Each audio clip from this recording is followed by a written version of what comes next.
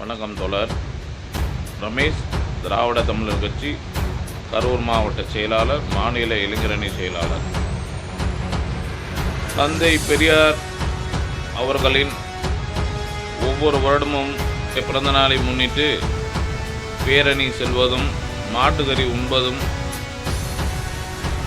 தொடர்ச்சியான வழக்கம் போல் நடைபெற்று வருகிறது. அது சம்பந்தமாக சென்ற 17/9/2024 காலை 10 மணிக்கு கரூர் பேருந்து நிலையம் அருகே உள்ள காமராஜ் சிலை முன்பிலிருந்து ஜவஹர் பஜர் வழியாக சென்று தந்தை பெரியார் அவர்களின் சிலை லைட் ஹவுஸ் கார்னரில் உள்ளது. அவர்களின் முழு உருவ சிலைக்கு மாலை அணிவித்து மரியாதை செலுத்துவது வழக்கம். அதுபோல மாட்டுக்கறி பிரியாணி தின்பதும் வழக்கம், கொடுப்பது வழக்கம். அதன் தொடர்ச்சியாக இன்று நடைபெற்றது. அதை கரூர் மாவட்ட காவல் துறை,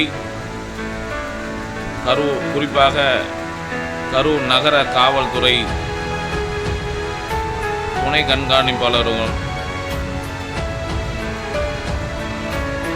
வந்து, நீங்கள் இங்கு மாட்டுக்கறி தின்பது சட்ட விரோதமான செயல், எனவே நீங்கள் மாட்டுக்கறி இங்கு திங்கக்கூடாது, மீறி சாப்பிட்டால் உங்களை நாங்கள் கைது செய்வோம் என்று சொல்லி பிஜேபி RSS சன் பரிவாளர் அவர்களின்